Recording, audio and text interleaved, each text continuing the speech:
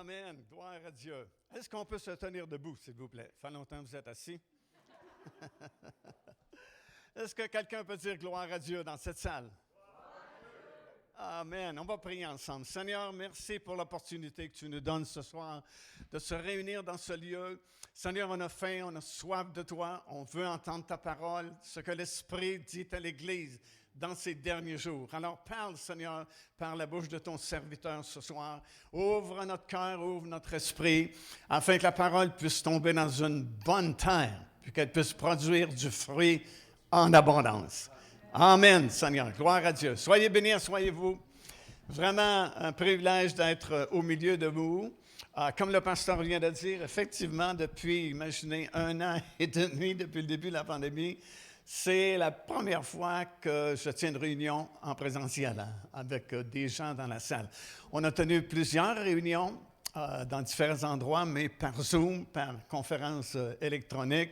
Et puis, c'est sûr qu'on peut rejoindre beaucoup de gens de cette façon-là, un peu partout sur la planète, mais c'est pas comme en présentiel. Là. Lorsque vous êtes là, ça fait toute la différence parce qu'on peut se voir, on peut communiquer ensemble. Des fois, on n'a même pas besoin de parler. Vous savez, les yeux parlent à la place de notre bouche. Puis quand vous êtes un prédicateur depuis de nombreuses années comme moi ici, on a tendance à lire sur les visages, puis à lire sur l'expression des yeux.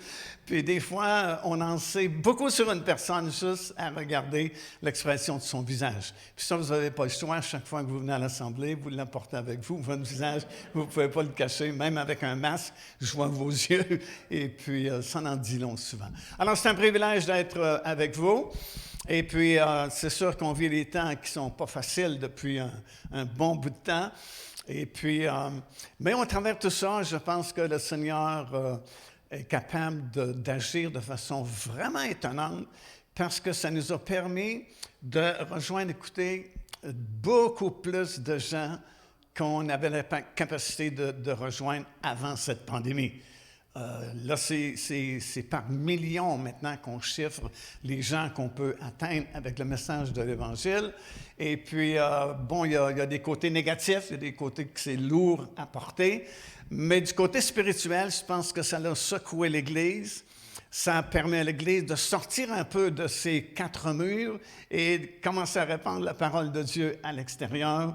Et puis, comme on va voir, c'est vraiment une bénédiction dans un certain sens parce que ça nous permet de rejoindre beaucoup plus de gens. Et beaucoup plus de personnes récemment ont donné leur vie au Seigneur Jésus-Christ parce qu'ils ont posé des questions, parce qu'ils étaient inquiets de ce qui se passait dans le monde. Et puis, nous avons le privilège de connaître la parole de Dieu. Et la parole de Dieu, c'est la vérité. C'est la seule vérité. Il y a juste une vérité et la vérité, c'est la parole de Dieu. Et lorsque nous sommes ancrés dans cette parole, peu importe les vents contraires, peu importe les tempêtes que nous devons traverser, nous devenons inébranlables parce que nous sommes fondés sur la parole de Dieu. Et elle, mon ami, elle ne change pas. C'est la même parole qu'il y a 2000 ans, qu'il y a 4000 ans, et ça va être la même parole éternellement, parce que Jésus a dit, le ciel et la terre passeront un jour, mais ma parole ne passera pas. Alléluia! Gloire à Dieu. Ça méritait un meilleur amen, mais je vais m'en contenter. Ce soir, je vais ouvrir avec 2-3 passages de l'Écriture, puis ça va nous mettre un peu dans l'ambiance de ce que l'Esprit m'a dit de partager avec vous ce soir et demain matin. D'abord, je vais lire un passage qui se trouve dans l'Épître de Paul aux Romains. Et puis, ce texte-là, bien sûr, a été écrit il y a très longtemps, mais on dirait qu'il a été écrit juste il y a une semaine passée. C'est chapitre 13, versets 12 à 14, ça dit ceci. « Cela importe d'autant plus que vous savez en quel temps nous sommes. » Je ne sais pas s'il y a des gens ici ce soir qui savent en quel temps nous sommes. Nous sommes... En quel temps nous sommes? C'est l'heure de vous réveiller enfin du sommeil, car maintenant, dit l'apôtre Paul, le salut est plus proche de nous que lorsque nous avons cru.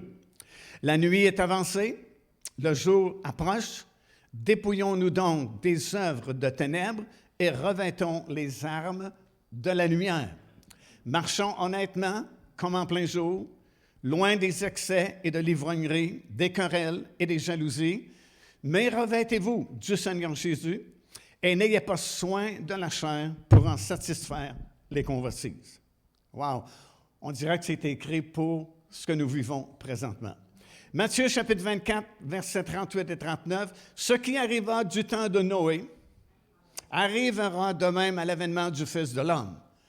Car dans les jours qui précédèrent le déluge, les hommes mangeaient, buvaient, se mariaient et mariaient leurs enfants jusqu'au jour où Noé entra dans l'arche. » Écoutez bien le verset suivant. « Et ils ne se doutèrent de rien. » Comment se fait-il que la population à l'époque de Noé ne se doutait pas que le déluge arriverait? Écoute, Noé a prêché pendant longtemps qu'un déluge s'en venait. Noé a prêché jour après jour. Faites attention, repentez-vous, parce qu'il y a un déluge qui arrive. Mais la Bible dit, le jour où Noé est entré dans l'arche, le déluge est arrivé et ils ne se doutèrent de rien. Et attention, Jésus dit, ce qui est arrivé à l'époque de Noé va arriver également juste avant la venue du Fils de l'homme. Combien de fois on a prêché? Préparez-vous, le Seigneur revient bientôt. Et quand il va venir, une bonne quantité des frères et des sœurs dans nos assemblées ne se doutèrent de rien. La trompette a sonné et ceux qui s'étaient préparés ont été enlevés. C'est fort, n'est-ce pas? Jusqu'à ce que le déluge vienne et les emporte tous, il en sera de même à l'avènement du Fils de l'homme. Un autre passage très intéressant qui est dans le même contexte, c'est dans Matthieu, évidemment on le connaît tous, chapitre 25, parabole des 10 vierges. Ça dit, « Alors le royaume des cieux sera semblable à 10 vierges, qui ayant pris leur lampe allèrent à la rencontre de l'époux. » Verset suivant, ça dit, « Comme l'époux tardait, toutes s'assoupirent et s'endormir. » Il y a une différence entre s'assoupir et s'endormir. Puis on le voit dans toutes les églises aujourd'hui. Il y a des chrétiens qui sont assoupis, puis il y a des chrétiens qui sont complètement endormis. Certaines se sont assoupis, d'autres se sont complètement endormis. Et au verset 6, « Au milieu de la nuit, en criant, « Voici l'époux, allez à sa rencontre. » Alors toutes ces vierges se réveillèrent pour constater que la moitié, 50%, 5 sur 10 n'avaient plus d'huile dans leur lampe et elles ont manqué le son de la trompette et l'enlèvement de la glorieuse Église du Seigneur Jésus-Christ. Alors, vous mettez ces trois passages-là ensemble et puis ça nous met dans l'ambiance ce soir pour le message que le Saint-Esprit m'a donné pour vous. Et c'est sûr qu'à cause des temps difficiles que nous vivons, à cause de la pandémie qui a débuté il y a 1 an et demi maintenant, ça a changé toutes nos habitudes. Ça a changé notre façon de vivre. Ça a changé notre façon de servir le Seigneur à bien des niveaux. Et comme j'ai mentionné il y a quelques instants, il n'y a pas que du négatif, il n'y a pas que des choses lourdes et difficiles à supporter, mais au niveau spirituel, c'était comme une bénédiction déguisée. Parce que ça nous a permis justement de trouver d'autres façons, d'autres moyens de prêcher l'Évangile.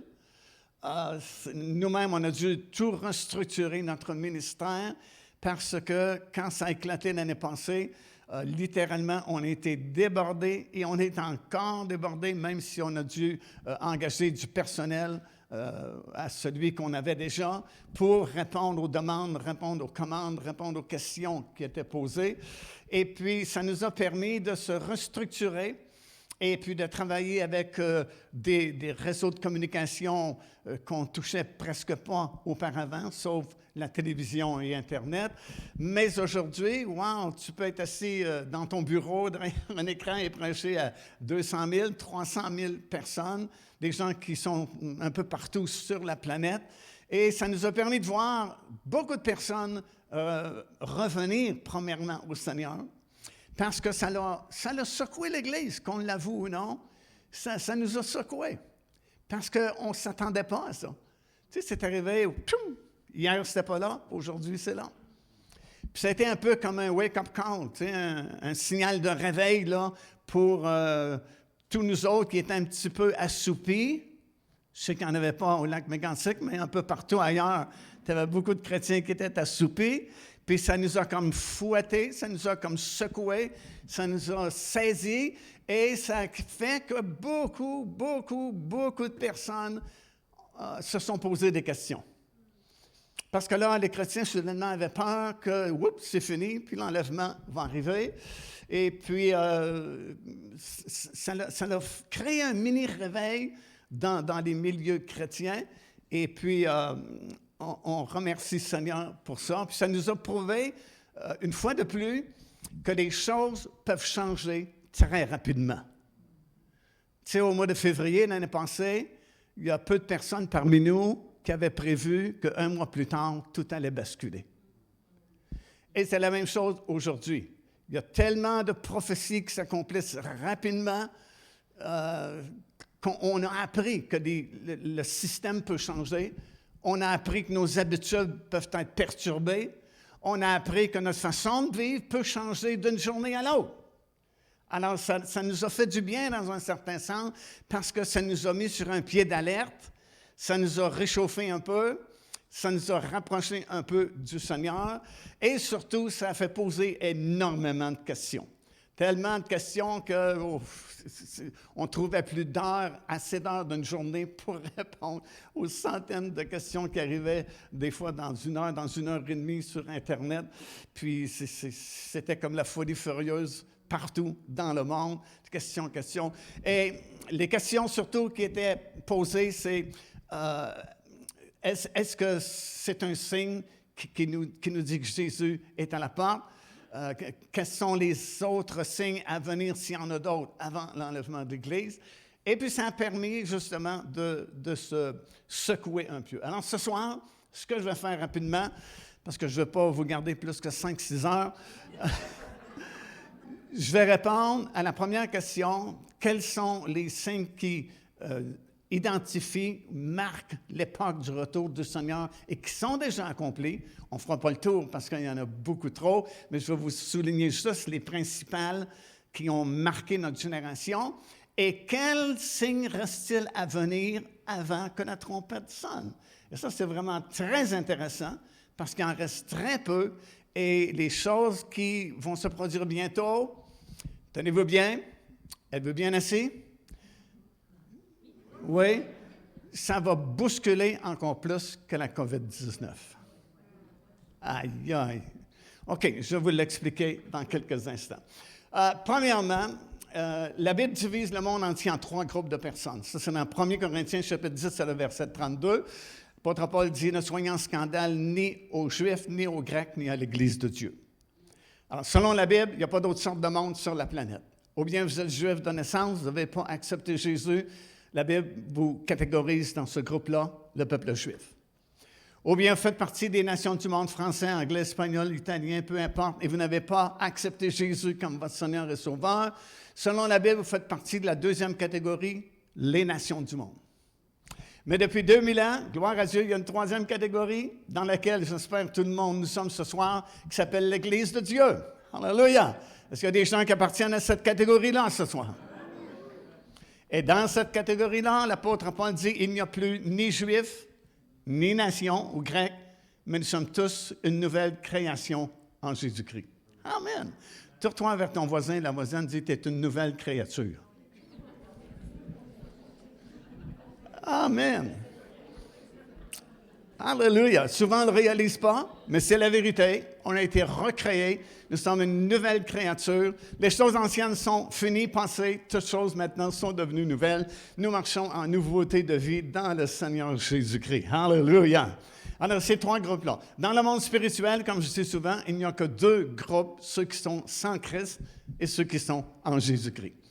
Pour Dieu, il n'y a pas de catholique, il n'y a pas de baptiste, il n'y a pas de frères en Christ, puis tous les groupes que vous pouvez trouver, il y en a des milliers sur la planète. Perdez pas votre temps à faire le tour. Quand tu regardes les milliards d'individus qu'on est sur la Terre, dans le domaine spirituel, il ne voit que 2 sortes de personnes.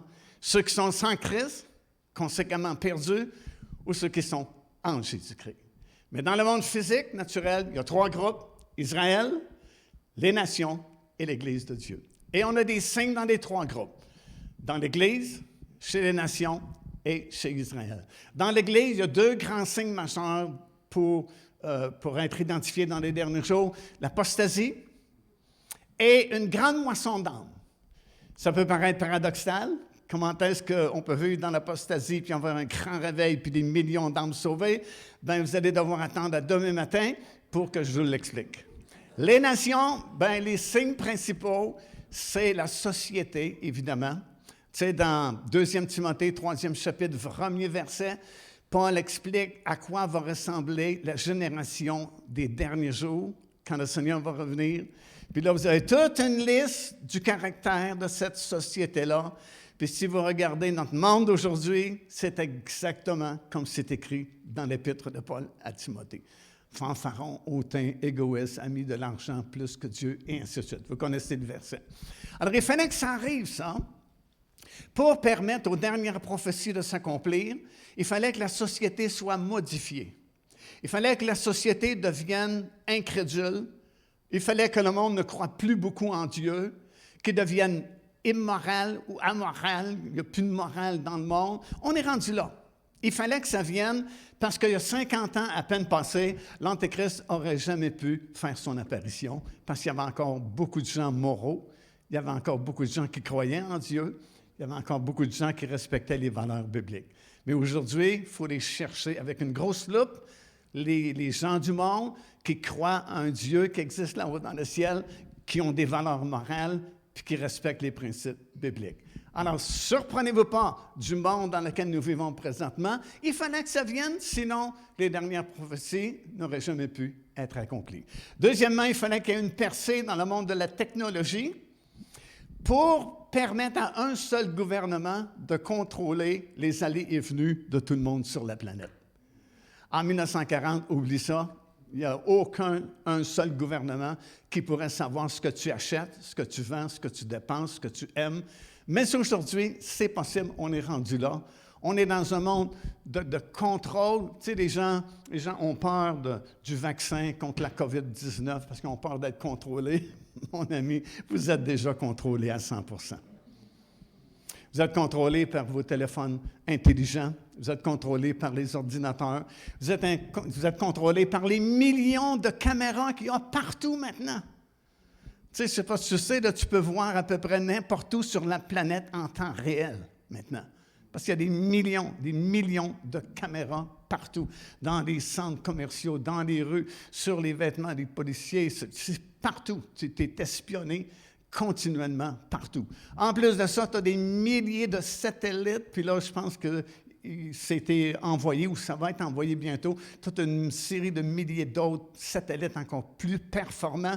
Mais déjà, ceux qui sont là dans le ciel, tu peux être assis dans un parc au bord du lac, ici à Mégantic, en train de lire un livre, et le satellite peut lire en même temps ce qui est écrit dans ton livre. Alors, si tu penses que tu peux déjouer le contrôle mondial, c'est impossible. On est déjà contrôlé à 100 %. Et il fallait qu'il y ait une percée technologique pour permettre ça et permettre la montée d'un gouvernement mondial, parce qu'on est très proche de ça. Et ce gouvernement mondial, selon les prophéties de la parole de Dieu, aura la capacité de contrôler les allées et venues de chaque individu sur la planète. Tu sais, Tito connaissant, il dit, moi, je vais te le déjouer, le gouvernement mondial, je suis dans le bois, puis dans une cabane, puis... Inquiète-toi pas, il n'y a aucun endroit sur la planète qui va y échapper. C'est un contrôle mondial qui a été prophétisé il y a des milliers d'années dans la parole du Seigneur. Jusqu'à récemment, on savait que ça viendrait, mais on n'avait pas la technologie pour dire demain matin, là, ça peut être là. Mais aujourd'hui, nous sommes rendus là. Alors, les signes sont accomplis également chez les nations. Mais ce qui est fort intéressant pour nous, c'est la catégorie d'Israël. Pourquoi c'est intéressant? Parce que l'action prophétique va surtout se dérouler là, en Israël. Qu'on aime ça ou qu'on n'aime pas ça, c'est de même que ça marche. Les prophéties, c'est là que ça s'accomplit. Jésus, c'est en Israël qu'il est venu il y a 2000 ans. C'est là où il a fait son ministère. C'est là où il va revenir bientôt. Et tenez-vous bien, vous et moi, si on est fidèles jusqu'à la fin, on va revenir en Israël. Vous allez avoir votre demeure éternelle en Israël. Alléluia! Fait qu'on est aussi bien d'aimer Israël tout de suite parce qu'on est pris avec pour l'éternité. Amen. Gloire à Dieu.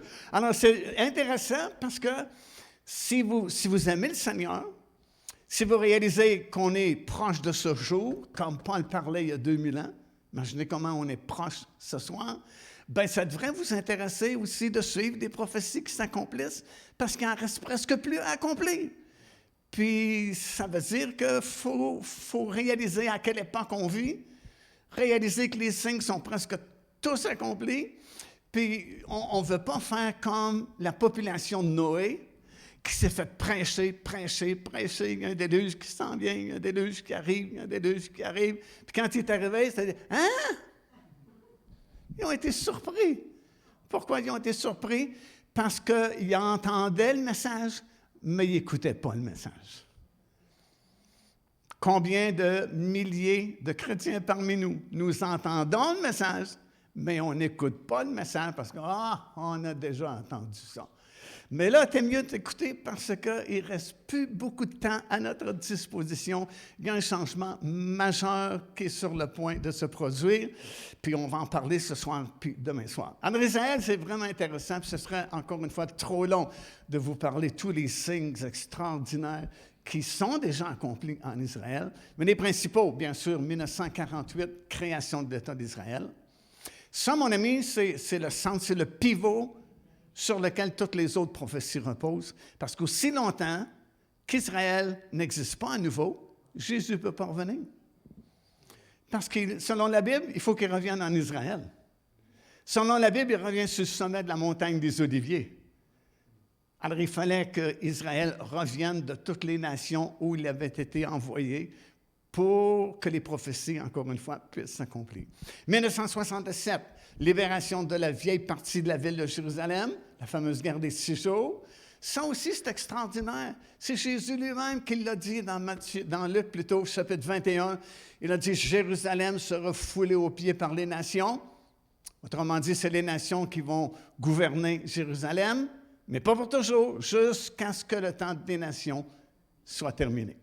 Au mois de juin 1977, c'est arrivé. Ça faisait 2600 ans à peu près que Jérusalem n'était pas administrée par le peuple juif. Mais lors de la fameuse guerre des 6 jours, on a reconquis la vieille ville de Jérusalem et c'était déclaré tout de suite capitale indivisible d'Israël. Et puis, il y a presque 2 ans maintenant, comme vous savez, le président Trump a confirmé que Jérusalem est bel et bien la capitale du pays d'Israël. Ça, c'est des grands signes, des grandes prophéties, en plus des déserts qui ont refleuri, des villes qui ont été reconstruites.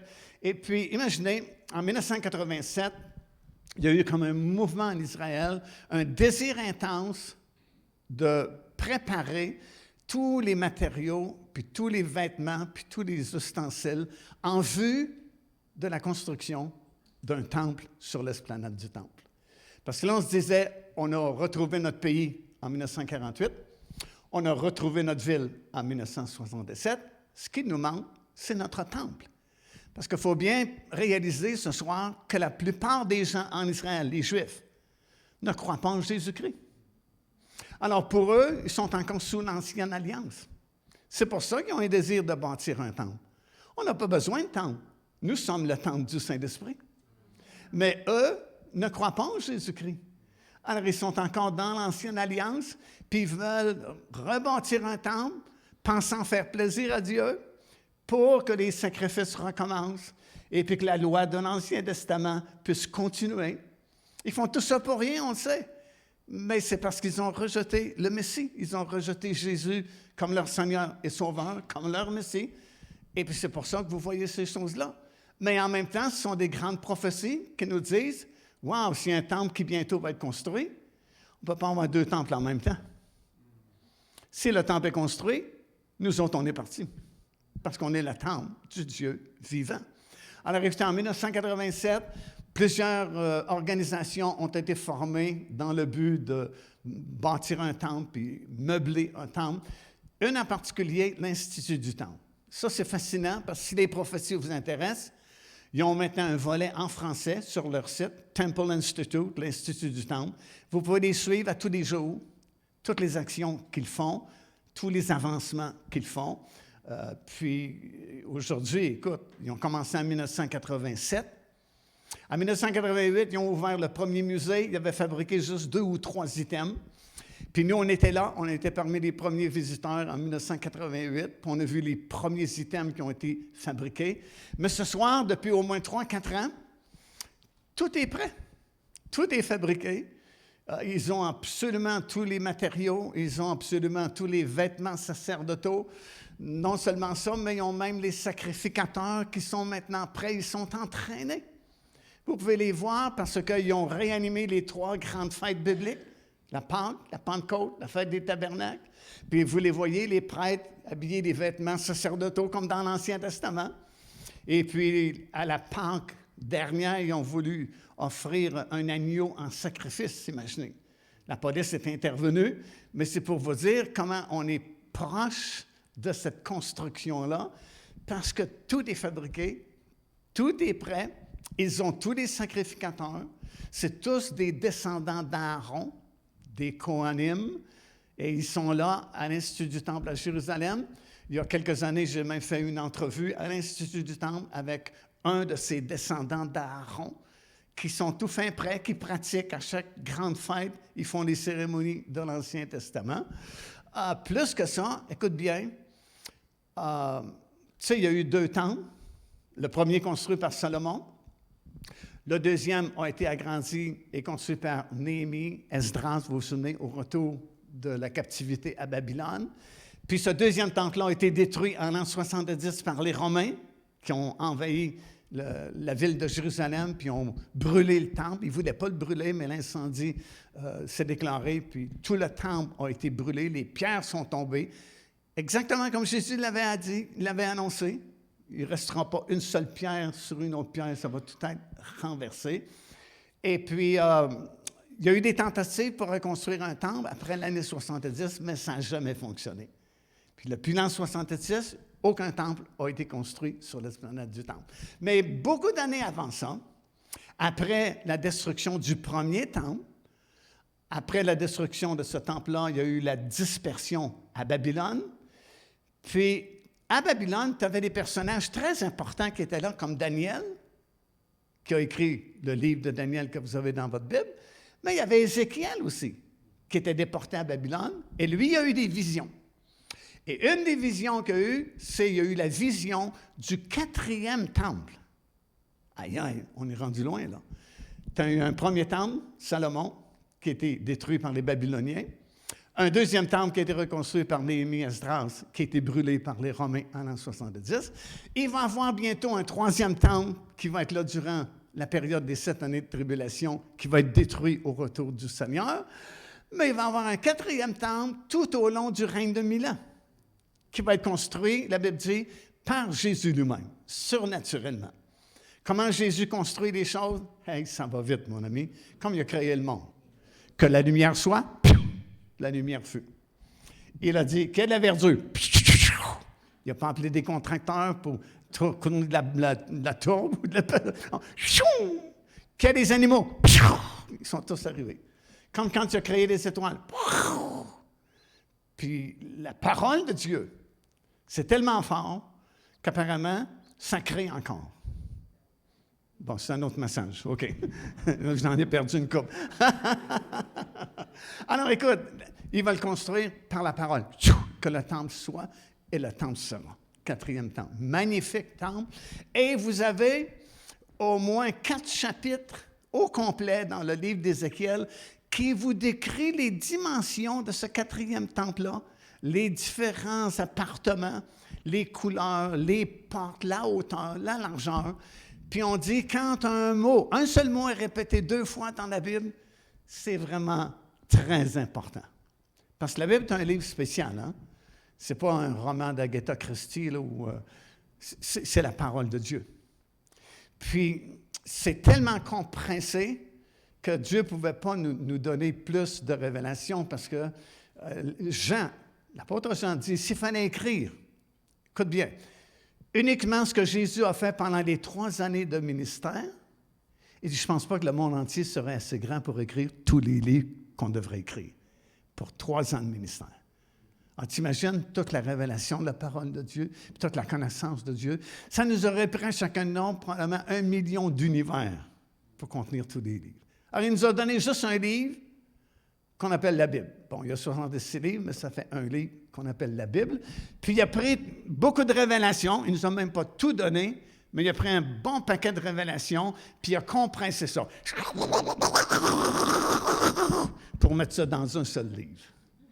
Puis là, Dieu s'est dit, s'il m'aime, il va s'intéresser à ma parole.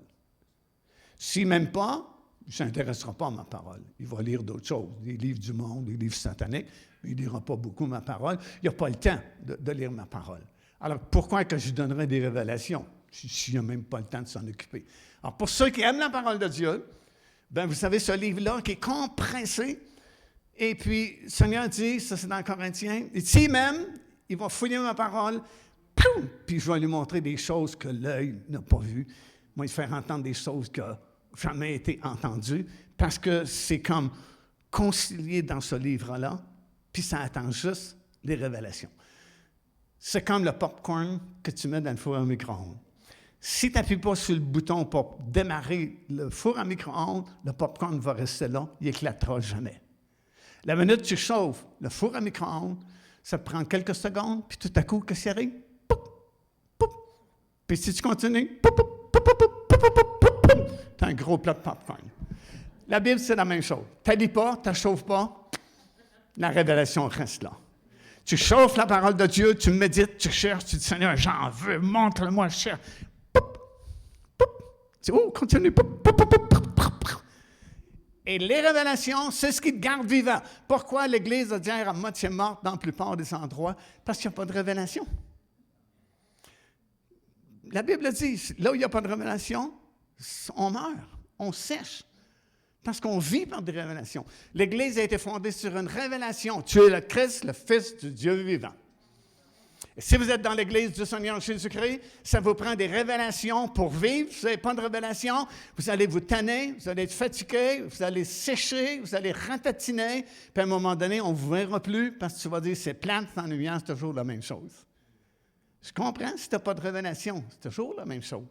Mais si tu reçois des révélations, mon ami, quand la révélation t'est donnée dans ton esprit ici, c'est comme un jour nouveau. C'est comme une lumière, puis tu as le goût de faire, tu sais, une petite danse de pentecôtiste. Parce que c'est tellement bon ce que tu viens de recevoir. Et ça te garde vivant. C'est comme la dynamite qui explose en toi. Alors, quand tu vis de cela, tu ne peux pas arriver dimanche matin à l'église comme si tu avais sorti d'un camp de concentration. Puis ton air dit, ça dit au pasteur, essaye de me faire sourire un matin. Mais si tu as eu 2-3 révélations durant la semaine, mon ami, tu es tout feu, tout flamme, ton visage est illuminé, tu as des étoiles dans les yeux, parce que tu as été revivifié, tu as été stimulé par la révélation de la parole de Dieu. Alléluia! Et ça, c'est pour chacun de nous.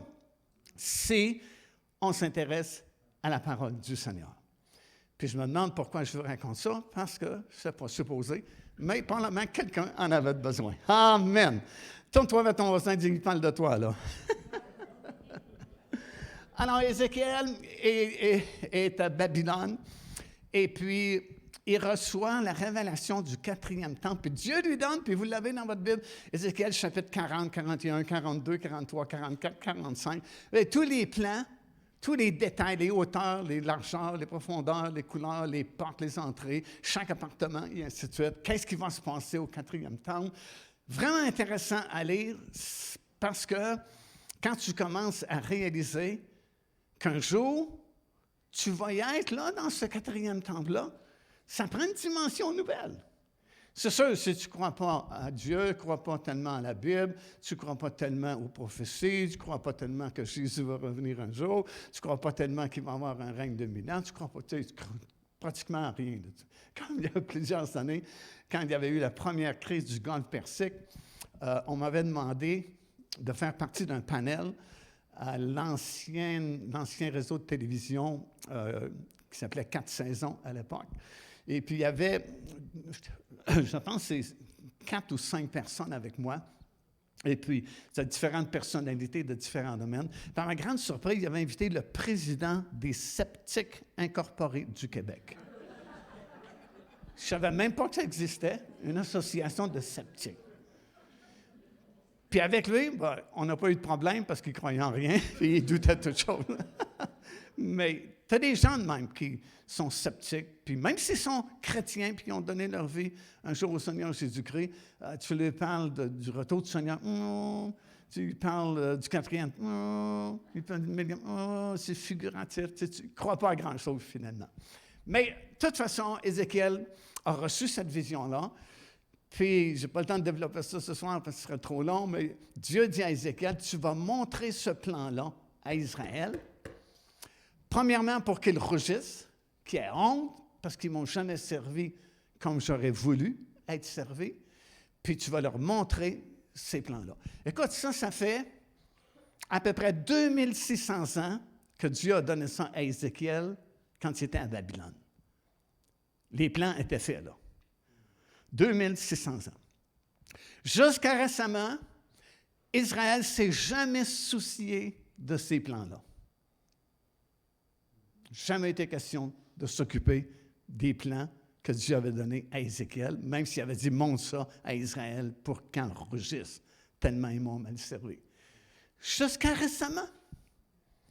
Présentement, au moment où je vous parle, tous les plans d'Ézéchiel que vous avez dans votre Bible, qui n'ont jamais sorti de votre Bible, sont maintenant sortis de votre Bible. Et l'Institut du Temple les ont pris à cœur, les ont copiés, et les plans sont faits par les architectes en Israël. Vous pouvez même les consulter sur Internet, sur leur site web. Vous avez tous les plans en détail du 4e temple. Alors, si vous pensez que le Seigneur Jésus-Christ est encore très loin, retarde sa venue, changez d'idée, mon ami, parce qu'on n'a jamais vu des choses semblables. Les plans sont là maintenant sur leur site Internet. Bon, ça ne vous impressionne pas, alors il faut que je trouve d'autres choses. Ils ont maintenant une génisse rousse. Il faut dire, de quoi tu parles, frère Mascal, génisse rousse? Parce que nous, la plupart des chrétiens ont délaissé Israël, puis ne connaissent pas beaucoup ces choses-là. Mais dans Nombre, chapitre 19, on vous explique le sacrifice de la génisse rousse, la vache rousse. Et puis, c'est important pour nous parce que Jésus, quand il était crucifié sur la croix, son sacrifice là, qu'il a fait pour nous, il ne s'est pas identifié à aucun sacrifice, aucun animal qui était offert sur l'autel des sacrifices dans le temple de l'Ancien Testament. Il s'est identifié au sacrifice de la génisse rousse. Si vous étudiez votre Bible, vous allez constater que à peu près tous les animaux qui étaient offerts sur l'autel des sacrifices, c'était des animaux mâles. Un des rares sacrifices d'un animal femelle, c'est le sacrifice de la génisse rousse, qui n'était même pas offert sur l'autel des sacrifices au temple, mais qui était offert en dehors de la porte, sur le sommet ouvert, le sommet de la montagne des Oliviers, sur un autel qu'Ézéchiel appelle l'autel profane. Pourquoi il l'appelle l'autel profane? Parce qu'il était en dehors de la porte et du périmètre de sainteté que le temple procurait. Et si vous suivez attentivement la mort du Seigneur Jésus, Hébreu vous dit que Jésus a souffert où? Hors la porte, lui aussi, dans un lieu profane. Et puis son vêtement écarlate, et puis beaucoup de détails s'assimilent au sacrifice qu'on faisait de la génisse rousse. On gardait les cendres de cet animal-là, et les cendres servaient pour la purification. Comme sous l'Ancienne Alliance, par exemple, si tu touchais un cadavre, un mort, il fallait que tu sois purifié avec les cendres de la dernière génisse rousse qui avait été offerte en sacrifice, et ainsi de suite. Et puis, écoute bien, c'est intéressant parce que ce type d'animal a disparu soudainement, et puis on n'en trouvait plus en Israël, ni n'importe où ailleurs dans le monde. Mais ça prenait ça pour sanctifier les prêtres, parce qu'une fois par année, à la fin du Yom Kippour, le souverain sacrificateur se tenait sur la montagne des Oliviers, faisait la bénédiction vers le tabernacle avec les cendres de la dernière vache rousse et de l'eau qui venait de la piscine de Siloué pour la purification des Kohanim, des sacrificateurs, pour qu'ils puissent être purs et continuer une autre année de sacrifice. Alors là, on a tous les ustensiles, on a des vêtements, on a des prêtres, on a tout ce qu'il faut. Il nous manque, ou il manquait à l'époque, les cendres de la dernière jeunesse rousse, parce qu'on les a perdus, on ne sait pas où ils sont. Alors, écoutez bien. Est-ce que je peux prendre 5 minutes de plus? Oui. OK, merci, 2 personnes disent oui. Les autres, écoutez pas. C'est quand même fascinant de voir comment Dieu a sa main dans toutes choses. Il y a plusieurs années maintenant, il y a un éleveur de bétail aux États-Unis, dans le sud des États-Unis, qui est un chrétien. Puis il va dans une église, heureusement, où on prêche les signes puis le retour prochain du Seigneur Jésus-Christ. Et un bon dimanche après une prédication, il voit son pasteur, puis il dit, dans ma lecture biblique cette semaine, je suis tombé sur Nombre 19, puis il parle du sacrifice de la jeunesse rousse pour la purification. Puis, savez-vous si en Israël, ils ont ce type d'animal pour pouvoir purifier les prêtres pour qu'ils puissent commencer dans le 3e temple des sacrifices? Et son pasteur dit, je ne suis vraiment pas au courant, mais dit, qui pourrait me dire? Bien, il dit, adresse-toi à l'ambassade israélienne la plus proche de notre ville. C'est ce qu'il a fait. Eux, ils ont ri, on dit, on ne se préoccupe pas de ces choses-là, c'est des choses religieuses, de la religion juive. Adressez-vous plutôt en Europe, ils ont donné une adresse. Et puis la lettre, à l'époque, a fait le tour quasiment du monde. Et finalement, c'est tombé entre les mains de quelqu'un qui a dit, s'il y a quelqu'un qui peut répondre à ça, ce sont les gens de l'Institut du Temple, parce qu'ils fabriquent toutes ces choses-là. Alors, la lettre est arrivée à l'Institut du Temple, et c'est M. Richman, qui est encore là aujourd'hui, qui est le rabbin en charge de l'Institut du Temple, qui a lu la lettre et a été frappé par 2 choses. Premièrement, qu'un Américain, un goy c'est un non-juif, s'intéresse à la jeunesse rousse. Franchement, qui cette semaine, parmi vous, s'est intéressé à la jeunesse rousse? Personne. Alors, il a été étonné qu'un non-juif s'intéresse à ça. Premièrement, sache cela, puis deuxièmement, qu'il s'intéresse à ça pour poser la question si non. Et deuxièmement, ironie du sort, la signature du frère aux États-Unis a frappé le rabbin Richman parce qu'il a signé son nom qui était Clyde Lott. Et il y a une vieille tradition en Israël qui dit ceci: lorsqu'un patriarche aura vécu une vie médiocre, comme Lot, son nom pourra être racheté par un goy, un non-juif, qui accomplira un exploit en faveur d'Israël. Alors, il est intéressé et ils se sont contactés et le rabbin Richman a voyagé aux États-Unis sur le ranch de ce propriétaire-là et ils ont fait des expériences pour faire des croisements d'animaux afin de créer la jeunesse rousse qui avait disparu. Cette espèce-là n'existait plus. Et, miracle des miracles, ils ont trouvé la bonne combinaison et pour la première fois depuis l'an 70, il y a plusieurs années maintenant, une petite jeunesse rousse est née en Israël. Dans un kibbutz ultra-religieux à Kfar Hasedim, qui est situé au sud de Haïfa, vers le nord d'Israël. Et moi, je me tiens toujours à l'affût puis au courant des prophéties bibliques. J'ai su ce qui était arrivé. Et j'ai dit à mon guide, quand on devait aller filmer pour des émissions de télévision, j'ai dit, je vais me rendre à Kfar Hasedim, je vais voir la petite jeunesse rousse qui vient de naître en Israël. Mon guide n'était même pas au courant. Puis il me dit, qu'est-ce qu'elle a de spécial, la vache rousse? Vous n'avez pas de vache au Canada? Je dis, oui, on a beaucoup de vaches au Canada, mais celle-là est spéciale parce qu'elle est en connexion avec le temple qui bientôt va être reconstruit. Alors, il dit, de toute façon, Mario, tu ne pourras pas y aller parce que c'est un kibbutz ultra-religieux. Hasadim, là, ce sont le groupe le plus strict en Israël. Ils ne veulent rien savoir des non-juifs, puis ceux qui ne sont pas sous la loi de Moïse, et ainsi de suite. Ben, j'ai dit quand même. Alors, on était à Haïfa, on a descendu jusqu'à Kfar Hasedim. On arrive à Kfar Hasedim. C'est juste un petit kibbutz. Vous savez ce que c'est, des kibbutz en Israël?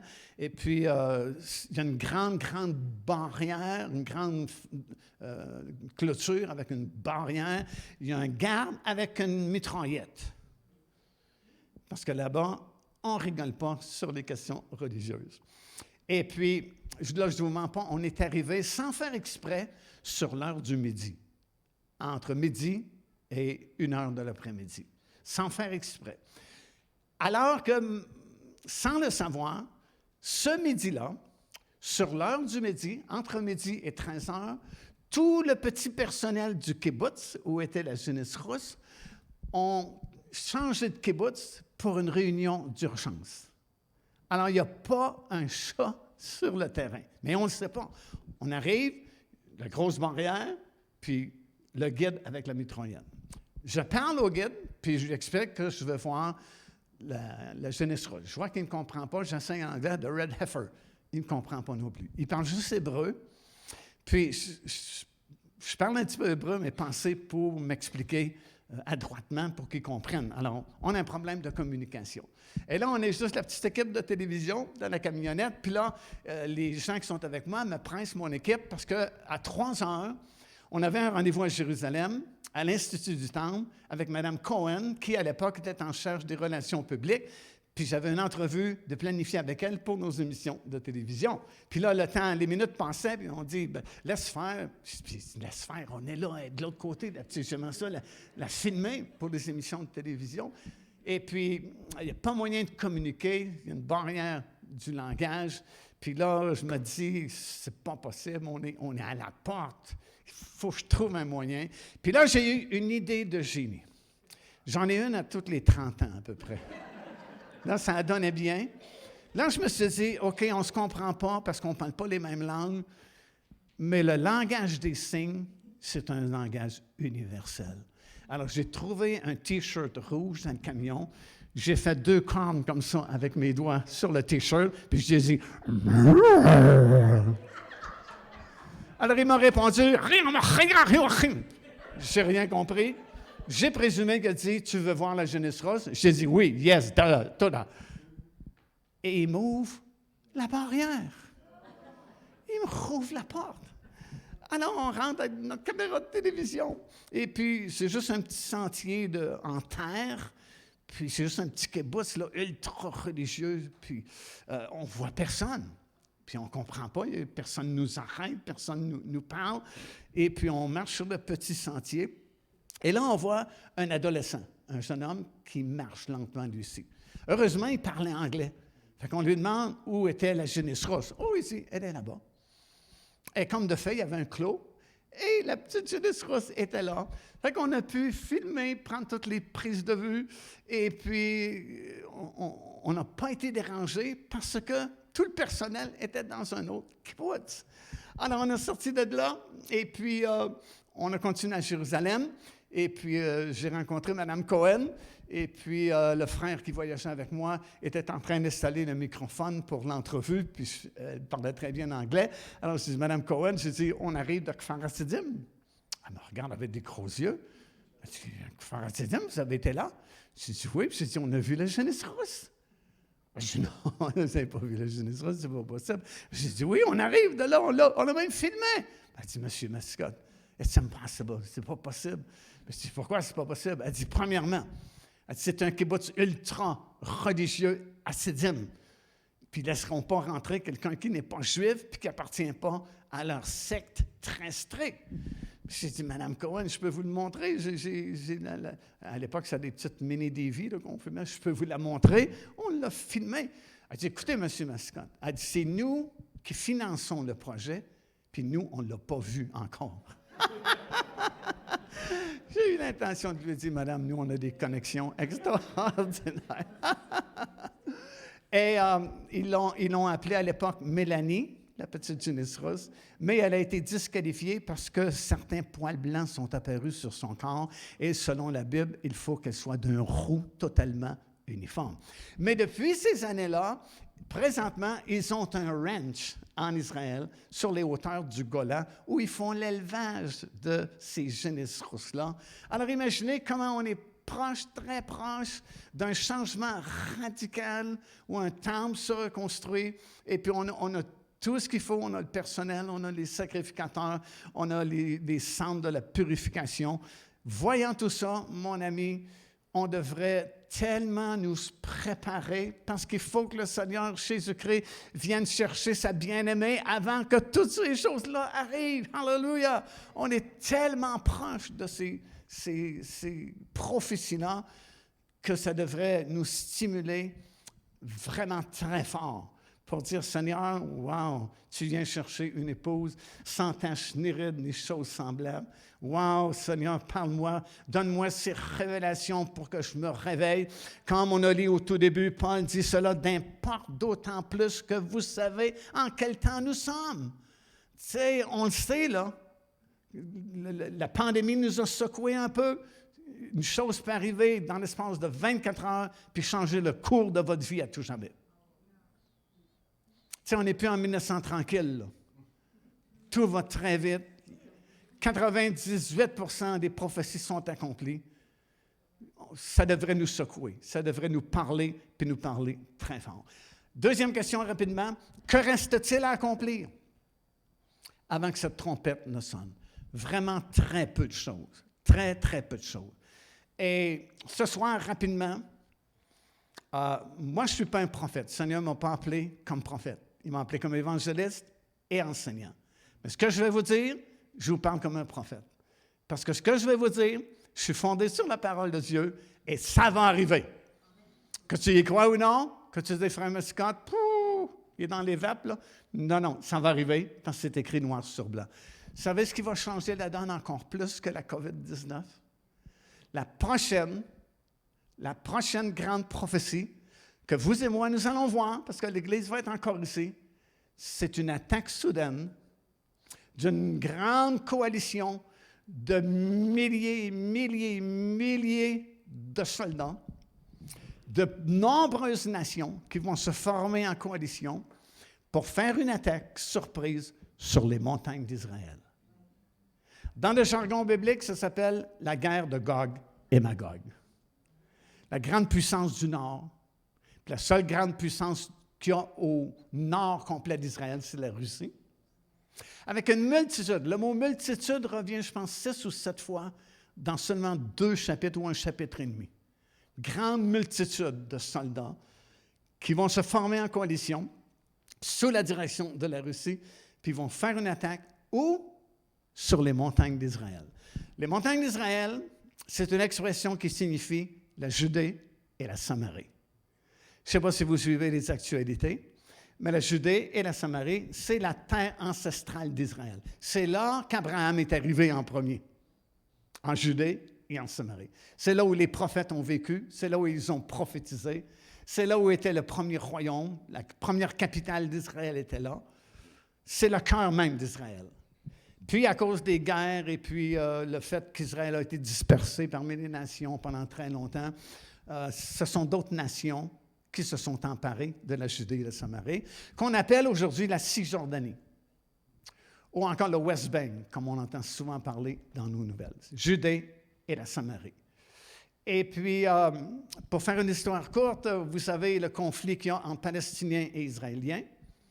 Et vous savez qu'on veut construire un État palestinien à même la terre d'Israël. Et cet État palestinien serait la Judée et la Samarie, avec Jérusalem-Est comme capitale. Bon, ce n'est pas nouveau, ça fait des années et des années et des années qu'on en parle. Différents gouvernements se sont succédés, c'est toujours la même discussion jusqu'à aujourd'hui. Sauf qu'aujourd'hui, c'est pratiquement impossible de créer un État palestinien à même la Judée et la Samarie parce que ça a été beaucoup fractionné par les implantations juives dans ce territoire-là. Alors, c'est quasiment impossible de réaliser ce rêve-là, d'établir un État palestinien. Mais c'est toujours dans le cœur des Palestiniens. Et si vous lisez attentivement, parce que c'est vraiment très détaillé, ça commence au chapitre 35 d'Ézéchiel, jusqu'au chapitre presque à la fin de 39, qui vous explique le contexte dans lequel cette attaque se fera. Puis ça peut arriver demain, la semaine prochaine, dans un mois, parce que tout est prêt, toutes les conditions requises sont accomplies. Ça peut arriver n'importe quoi, n'importe quel temps plutôt. Et la plupart des prédicateurs et des commentateurs bibliques qui ont donné de l'enseignement sur Gog et Magog ont toujours insisté sur le fait qu'ils venaient chercher du butin.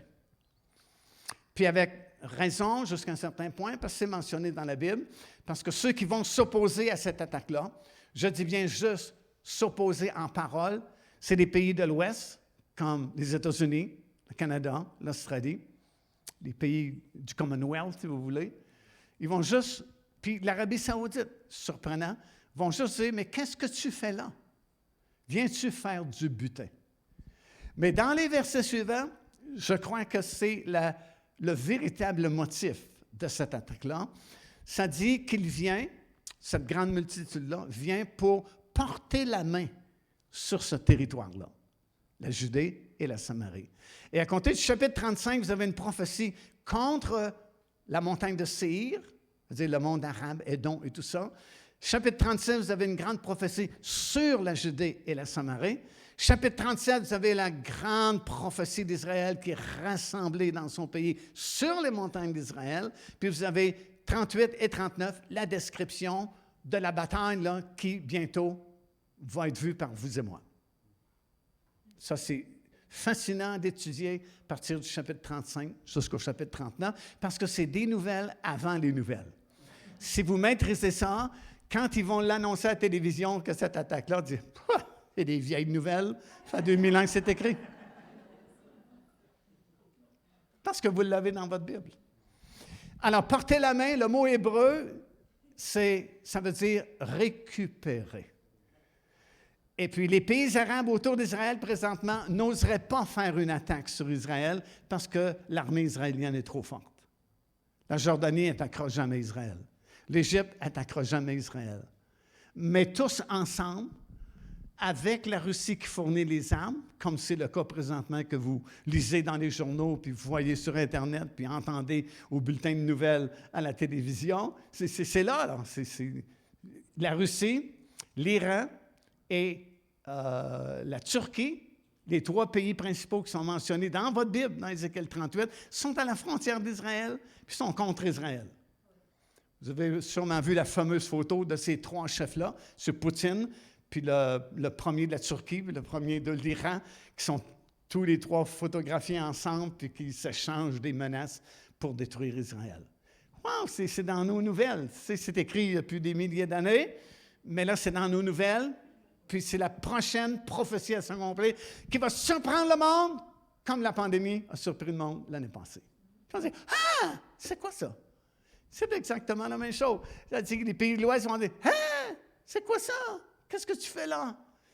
Et votre Bible, ça dit, on veut récupérer le territoire pour donner ce territoire-là pour la création d'un État palestinien. Maintenant, ce qui est intéressant pour nous, c'est que dans ce même chapitre-là, ça dit, lorsque cette coalition sera formée et descendra sur les montagnes d'Israël, Dieu dit ceci, la fureur va me monter dans les narines. Parce que là, si Dieu n'intervient pas, c'est fini pour Israël. Il va perdre tout son territoire. Parce que c'est trop fort. Il y a trop d'armées qui descendent contre Israël. La fureur va me monter dans les narines. Et là, vous savez ce qui va arriver? Vous ne savez pas, hein, parce que vous n'avez pas répondu. Voici ce qui va arriver. Ça va provoquer, premièrement, ça va provoquer un choc mondial. Je n'ai pas le temps de vous le détailler, mais lisez-le cette semaine, Ézéchiel 38, 39, la description des conséquences de cette bataille-là. Les montagnes changent de place. Il y a du feu, il y a de la graisse, c'est pas beau à voir, c'est terrible. Mais en même temps, c'est comme ça va provoquer l'accomplissement rapide des dernières prophéties avant l'enlèvement de l'Église. Écoute bien ceci. Premièrement, ça va provoquer Dieu lui-même. Puis Dieu dit, c'est moi qui vais intervenir.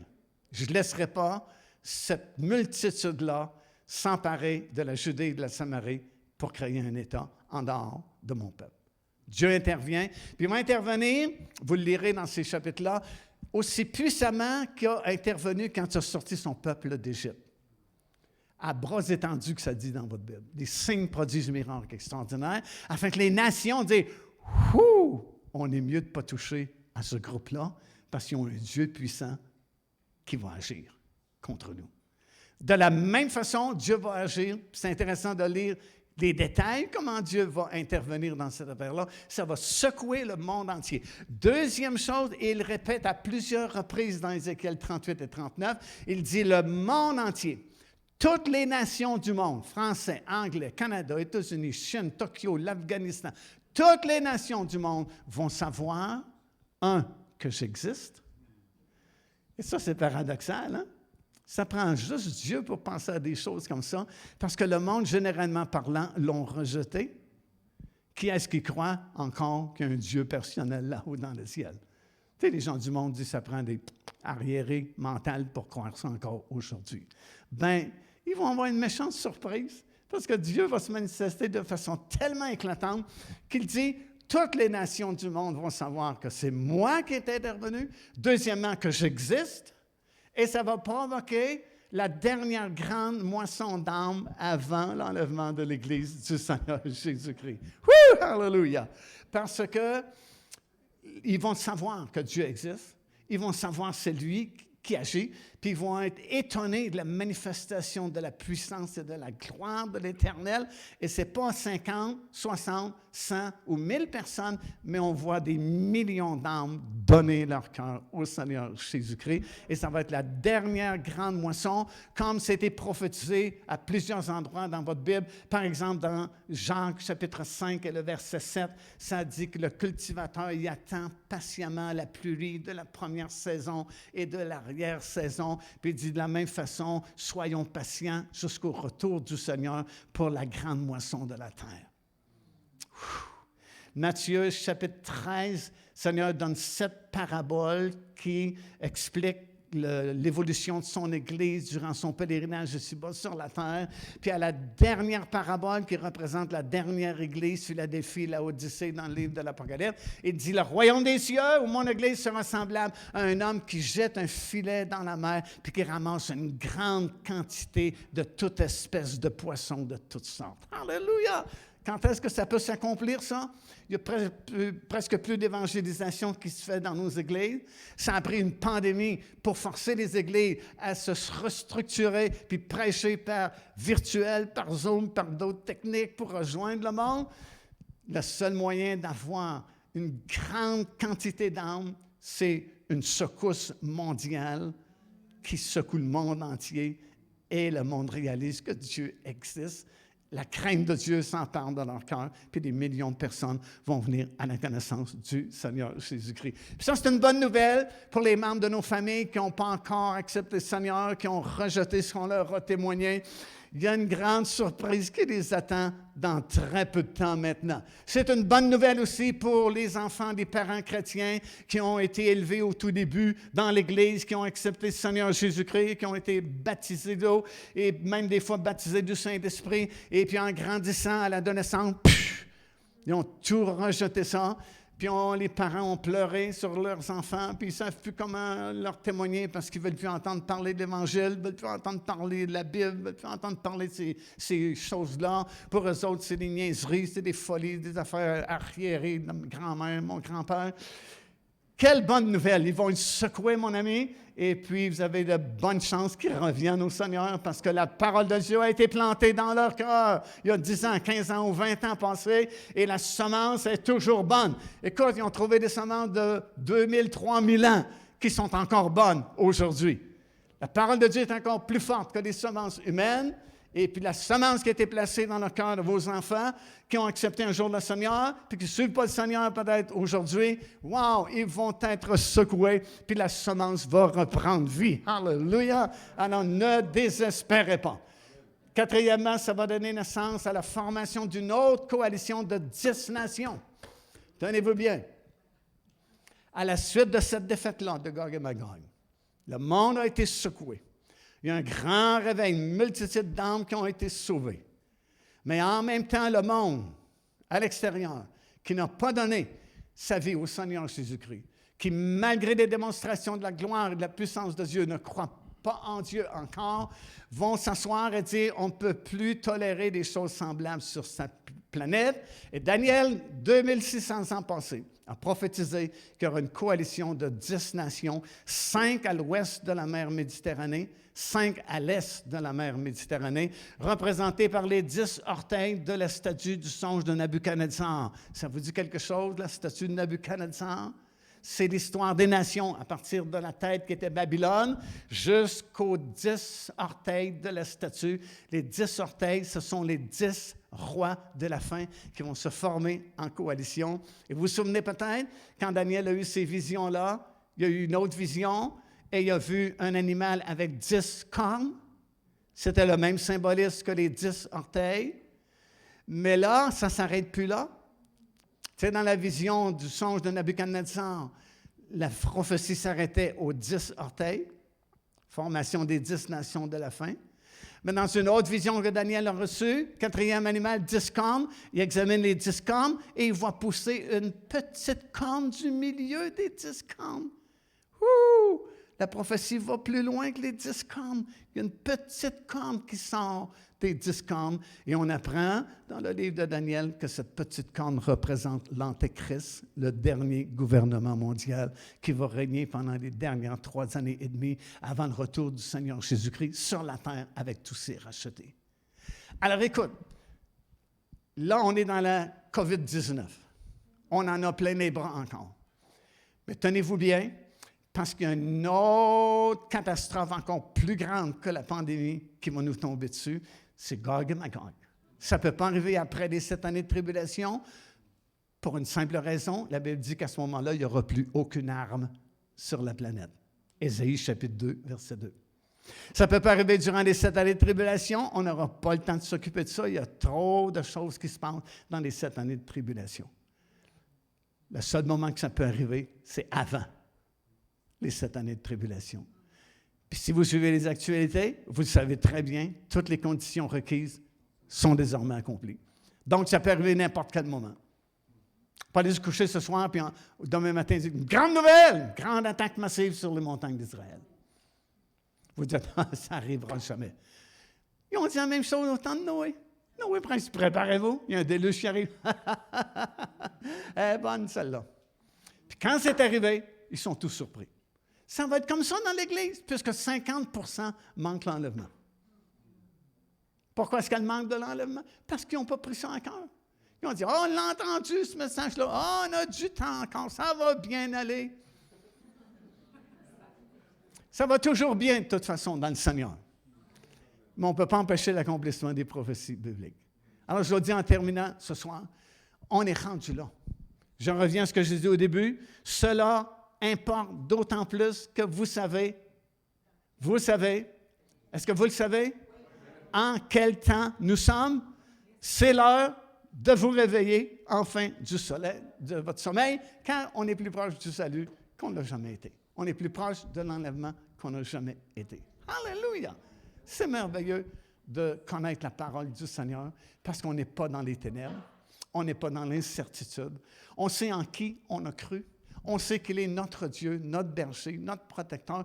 Peu importe ce qui va arriver, peu importe les tempêtes, peu importe si les mauvaises nouvelles coulent de partout, ça ne nous dérange pas vraiment parce qu'on est ancré dans la parole du Seigneur. On va faire avec, puis Dieu va nous garder, Dieu va nous soutenir. Puis on garde toujours cette joie-là dans notre cœur, parce que notre joie ne dépend pas du monde, ne dépend pas si ça va bien ou si ça va mal. La joie, c'est une force spirituelle. On l'a dans les bons jours, comme dans les mauvais jours. On l'a même le lundi matin. C'est tough le lundi matin, hein? On a la joie quand même dans notre cœur, parce qu'on est en Jésus-Christ. Alléluia! Demain, il ne faut pas manquer la réunion demain matin, parce que ça va être super bénissant. Le titre du message, c'est « Qu'est-ce que l'Église doit faire dans un temps comme celui qu'on vit présentement? » Et on va apprendre des choses vraiment super intéressantes. Est-ce que les musiciens pourraient revenir, s'il vous plaît? Je vous prends par surprise? Mais c'est bon, je vous prendre par surprise. Tous les bons musiciens qu'on avait, je vais vous demander de revenir, puis vous allez me faire un fond musical. Puis je vais demander de vous tenir debout. Ce soir, c'est sûr qu'on ne peut pas prier comme on le faisait avant la pandémie. Ça va sûrement revenir bientôt où on n'aura plus besoin de faire cette distanciation, puis avoir des masques et puis tout ça. Mais pour le moment, il faut respecter des exigences sanitaires du gouvernement. C'est pour le bien de tout le monde. Alors, pendant que les musiciens vont commencer à faire un fond musical, je vais faire un premier appel ce soir, puis je vais en faire un deuxième après. Si j'en fais un premier, je devrais en faire un deuxième. Premier appel, c'est pour tous ceux qui sont ici ce soir, puis n'ont jamais encore vraiment sérieusement donné leur vie au Seigneur Jésus-Christ. À la lumière de ce que dit la parole du Seigneur, à la lumière de ce que vous avez entendu rapidement ce soir, vous savez qu'on ne peut plus jouer à ça. On ne peut plus jouer à l'Église, on ne peut plus jouer à faire semblant. C'est stupide de faire semblant. Comme Jésus lui-même a dit, puisses-tu être bouillant ou froid? Tu sais, autrement dit, c'est votre décision. Branchez-vous. Ou tu ne crois pas en moi, ou tu crois en moi. Tu sais, il n'y a pas de demi-mesure avec le Seigneur. Tu es sauvé ou tu es perdu. Tu es pardonné ou tu es accusé. Il y a deux chemins. Il y a juste un endroit en haut, qu'on appelle le ciel, puis un endroit en bas, l'enfer. C'est clair, c'est simple avec le Seigneur. Ça peut être rude, mais c'est ça. Alors, s'il y a des gens ici ce soir, j'aimerais qu'on ferme nos yeux, s'il vous plaît, pendant quelques instants, qui n'ont pas encore donné leur vie au Seigneur. Ou si vous n'êtes pas certain que vous l'avez fait, c'est que vous ne l'avez pas fait. Parce que quand tu le fais, tu le sais que tu as donné ta vie au Seigneur Jésus. Et pourtant, c'est la chose la plus simple au monde. La Bible dit, c'est dans Romains chapitre 10, « Quiconque invoquera le nom du Seigneur sera sauvé. » Écoute, on ne parle pas de religion ici, le monde est pourri de religion. On parle d'une relation avec le Seigneur Jésus-Christ, une relation avec Dieu lui-même. Et la Bible dit, c'est simple, quiconque c'est n'importe qui. Peu importe ton passé, peu importe qui tu es, peu importe ton instruction, peu importe si tu es riche, pauvre, libre, esclave, comme la parole de Dieu, ça ne fait aucune différence au niveau spirituel. Quiconque invoquera le nom du Seigneur sera sauvé. Invoquer le nom du Seigneur, ça veut dire deux choses. Reconnaître qu'on est un pécheur. Et deuxièmement, accepter Jésus comme notre Sauveur et notre Seigneur. Si tu le fais dans ton cœur, sincèrement ce soir, ta vie ne sera plus jamais la même. Parce que le Seigneur va venir habiter en toi, va te donner le goût de sa parole et va écrire ton nom dans le livre de vie. Ton avenir est assuré désormais, autant ici-bas sur la terre que pour l'éternité. Une simple décision qui change le cours de ta vie ici-bas sur la terre et surtout ta vie éternelle de l'autre côté. Alors, tous ceux et celles qui ne sont pas certains d'être sauvés ou qui savent carrément qui n'ont jamais invité Jésus comme leur Seigneur et Sauveur, mais ce soir, vous voulez prendre cette décision et vous voulez dire, j'invoque le nom du Seigneur sur ma vie. Je veux être pardonné. Je veux être sauvé. Montrez-moi juste votre main. Levez votre main bien haute là-bas. Oui. Est-ce qu'il y en a d'autres? Juste montrez-moi votre main. En levant votre main, vous la montrez au Seigneur. Vous dites, Seigneur, je reconnais que je suis un pécheur et je veux t'inviter à prendre ma vie, à être mon Seigneur et mon Sauveur. Gardez-les levés au lieu de vous faire avancer ici en avant comme on faisait autrefois. Je vais simplement faire cette prière à haute voix et je voudrais que tout le monde dans cette salle puisse répéter ces paroles, mais spécialement ceux qui ont levé la main. Répétez après moi. Seigneur Dieu Tout-Puissant, je reconnais ce soir, tu es le seul vrai Dieu. Et en dehors de toi, il n'y en a pas d'autre. Je reconnais aussi, je suis un pécheur et je te demande pardon de toute mon ancienne vie. Et j'accepte en ce moment même le Seigneur Jésus comme mon Seigneur et mon Sauveur. Seigneur Jésus, viens dans mon cœur. Pardonne mes péchés. Et comme tu l'as promis, donne-moi la vie éternelle. Je sais que tu es là maintenant, dans mon cœur. Tu as tout pardonné. Et c'est pourquoi je peux dire de ma bouche, je suis pardonné. Je suis sauvé. J'ai la vie éternelle. Amen. Est-ce qu'on peut acclamer le Seigneur, s'il vous plaît, ce soir? Oh, alléluia. Oh, béni soit le nom du Seigneur Jésus. Amen, amen et amen. Amen. Jésus sauve encore aujourd'hui. La Bible dit, il est le même hier, aujourd'hui et éternellement. Et c'est encore un bon temps, un bon moment pour être pardonné, pour être sauvé. Et ça se fait dans une fraction de seconde. Votre esprit est né de nouveau. Vous êtes un enfant de Dieu. Vous faites partie de la famille de Dieu.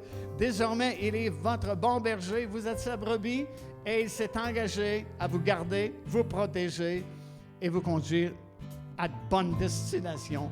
Et vous êtes appelés à régner avec lui dans le monde nouveau qui arrive bientôt, éternellement dans la paix, la joie, la beauté, la prospérité, parce que c'est ce que Dieu représente. Amen. Félicitations, c'est la meilleure décision que vous avez jamais prise de toute votre vie. Amen. J'ai un deuxième appel rapidement pour tous ceux et celles qui ont vraiment besoin de prière ce soir, un besoin urgent dans votre vie. Et vous dites, il faut, j'ai besoin d'aide, j'ai besoin de prière. Et la Bible nous exhorte de prier les uns pour les autres.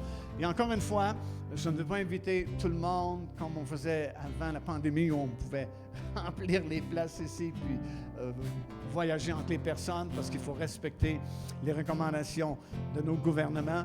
Alors, ceux qui veulent avoir de la prière personnelle ce soir, je vais vous demander de venir en avant, mais venir avec, en respectant la distanciation, premièrement, et puis de ne pas venir tous en même temps, mais venir par petits groupes en respectant la distanciation. Et puis, je vais prier avec vous en me tenant un petit peu à l'écart parce qu'on n'a pas le choix pour la santé publique. Mais Dieu n'est pas limité à la distance. Qu'on soit proche ou qu'on soit distancé, ça ne fait pas beaucoup de différence. Il y a un jour, dans les évangiles, on lisait qu'il y a un chef d'armée, un centenier, dont le serviteur est tombé malade.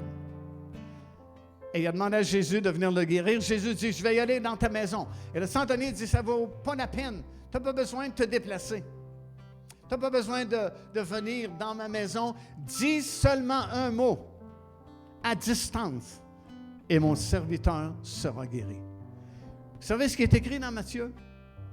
Ça dit, le Seigneur s'étonna de la foi de cet homme. Jésus s'est étonné très peu de fois à la foi d'une personne. Et je pense que c'est 2, peut-être 3 occasions seulement. Et à chaque fois, c'était des étrangers. Comme lui, ce n'était pas un Juif, c'était un Italien en charge de l'armée de Rome.